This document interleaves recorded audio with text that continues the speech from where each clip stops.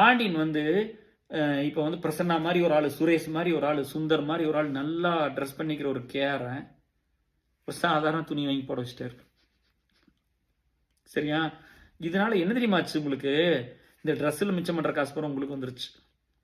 இத்தனை வருஷமா கொடுத்த கான்ட்ரிபியூஷன் எங்கிருந்து போச்சு? லட்ச லட்சமா வருஷம் கொடுக்குறமல்ல, அதெல்லாம் எங்கிருந்து வந்துச்சு? இங்கிருந்து மிச்சம் பண்ணணும். பாண்டியன் பண்ண மாற்றம் எனக்குள்ள அதுதான். சரியா?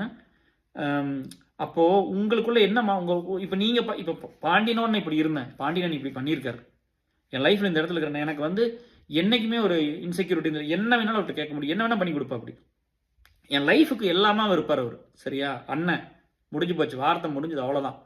புரியுதா? அந்த மாதிரி இப்போ நீங்க போய் இந்த சமுதாயம் உங்களை உருவாக்கி வச்சிருக்குதுல்ல, இப்போ வந்து நெகட்டிவ் தான் நிறைய பார்க்குறோம், நெகட்டிவ் கமெண்ட் தான் படிக்கிறோம், கொலை பண்ணுறது, கொள்ளையடிக்கிறது, கற்பனை, இதையெல்லாம் தான் நிறைய பார்க்குறோம், வயலன்ஸை தான் நிறைய பார்க்குறோம். இது உங்களை மாற்றி வச்சிருக்கல, அது உங்களை என்ன காப்பாற்றிடும்? நான் இன்னைக்கு இந்த ஆளாக இருக்கிற